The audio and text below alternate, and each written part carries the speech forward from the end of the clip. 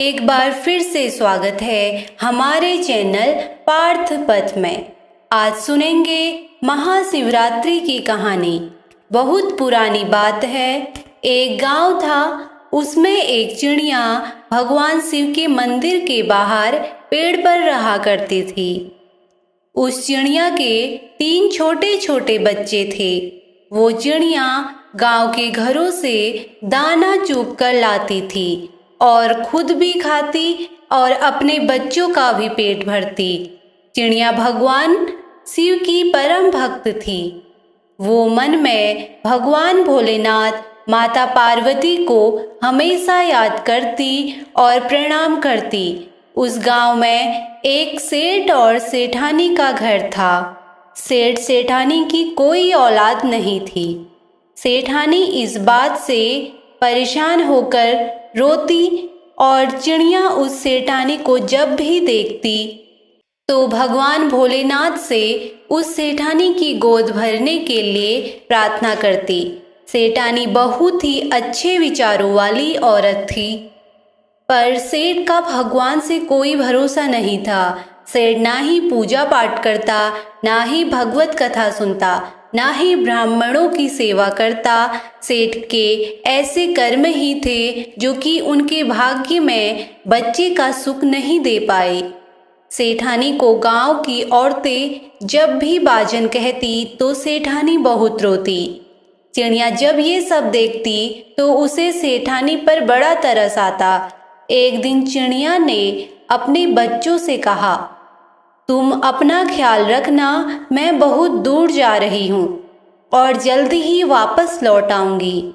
ऐसा बोलकर वह चिड़िया कैलाश पर्वत की ओर उड़ चली। लंबी उड़ान के बाद वह कैलाश पर्वत पर जा पहुंच गई।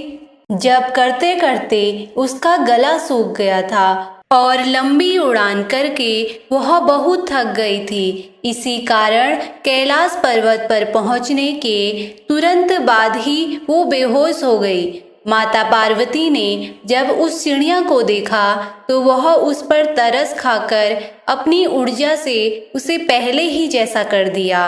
माता पार्वती ने चिड़िया से पूछा, तुम इतना परिश्रम करके किस उद्देश्य से यहाँ आई हो? चिड़िया ने कहा, माता, मेरे गांव में एक सेठ और सेठानी रहते हैं, उनकी कोई संतान नहीं है। कृपा करके आप उन्हें पुत्र सुख दीजिए, क्योंकि बच्चे के लिए सेठानी जी बहुत रोती है और बहुत दुखी रहती है। इस पर महादेव जी ने कहा, सेठ ना ही भागवत कथा सुनता है, ना ही ऐसा कोई पुण्य कर्म करता है जिससे उसके भाग्य में पुत्र योग बन सके, इसलिए उसका कोई पुत्र नहीं हो सकता। पर चिड़िया के बार बार आग्रह करने पर माता ने शिवजी को मना लिया। फिर भगवान शंकर ने कहा, पुत्र तो हम दे देंगे, लेकिन सेठ अगर पुण्य कर्म नहीं करेगा तो उसका पुत्र मृत्यु को प्राप्त हो जाएगा। चिड़िया ने कहा, महादेव, आप सेठ और सेठानी को पुत्र दे दीजिए। पुत्र होने के बाद सेठ सेठानी पूजा पाठ करने लगेंगे। ऐसा कहकर चिड़िया खुश होकर वहां से चली गई। कुछ दिन बाद सेठानी को एक पुत्र हुआ। सेठ सेठानी यह देखकर बहुत खुश हुए। पुत्र होने के बाद भी सेठ बिल्कुल नहीं बदला, वो बिल्कुल पहले की तरह ही रहता। चिड़िया को सेठ के पुत्र की बहुत चिंता होने लगी। चिड़िया सोचती कि इसके बच्चे के लिए कोई पुण्य कर्म नहीं किया, कहीं इसके पुत्र की मृत्यु ना हो जाए। चिड़िया फिर से उड़ान भरकर कैलाश पर्वत पहुंची और माता पार्वती और भगवान शिव से निवेदन करने लगी कि सेठ जी को पुण्य करने के लिए कहें। पार्वती माता ने चिड़िया की भक्ति देखते हुए उसे दूसरे की परवाह करते देख उन्हें बहुत प्रसन्नता हुई। माता पार्वती और भगवान शिव उस सेठ के घर एक ब्राह्मण और ब्राह्मणी बन के गई। सेठ सेठानी के दरबार पर जाकर पूजन के लिए कहने लगी। सेठ ने पहले तो मना कर दिया, पर सेठानी बड़े मन और आदर से उनका आदर सत्कार करने लगी। सेठानी ने उन्हें बिठाया और भोजन कराया। घर के अंदर माता पार्वती और भगवान शिव के प्रवेश करते ही सेठ की बुद्धि ठीक हो गई और ब्राह्मण और ब्राह्मणी से क्षमा मांगने लगा। तो महादेव ने ब्राह्मण के रूप में बताया, तुम्हारे भाग्य में पुत्र का सुख नहीं था। एक चिड़िया की भक्ति से प्रसन्न होकर महादेव जी ने तुम्हें पुत्र दिया है। तुम्हारे भाग्य में पुत्र सुख नहीं था। एक चिड़िया की भक्ति से प्रसन्न होकर महादेव जी ने तुम्हें पुत्र दिया है। अगर तुम पुण्य क्रम नहीं करोगे तो तुम्हारे पुत्र की मृत्यु हो जाएगी। यह सुनकर सेठ सेठानी रोने लगे और नन्ही चिड़िया को धन्यवाद देने लगे। सेठ ने कहा, हमारे पुत्र के लिए एक चिड़िया भोलेनाथ से लड़कर हमारे भाग्य में पुत्र सुख दे सकती है, तो क्या हम अपने पुत्र की रक्षा के लिए पुण्य क्रम नहीं कर सकते? सेठ ने ब्राह्मण और ब्राह्मणी से पूछा, महादेव जी के प्रिय व्रत कौन से हैं जिनको मैं धारण करके महादेव जी को प्रसन्न कर सकूं?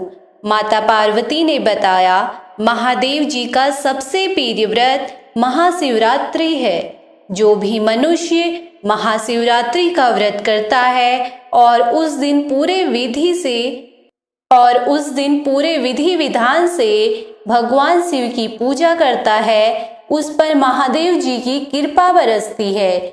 सेठ सेठानी ने कहा, अब हम भी महाशिवरात्रि के दिन महाशिवरात्रि का व्रत करेंगे और पूरे विधि विधान से पूजन भी करेंगे। महादेव जी माता पार्वती वहां से चले गए। अब सेठ सेठानी धर्म कर्म व्रत पूजा और पाठ करने लगे, जिसके पुण्य से उनका पुत्र और धर्म करने लगा। चिड़िया भी अब सेठ सेठानी को देखकर खुश रहने लगी और सेठानी के आंगन से दाना चुनने लगी और अपने घोंसलों में बैठकर ओम नमः शिवाय का जाप करने लगी। ये थी आज की कहानी।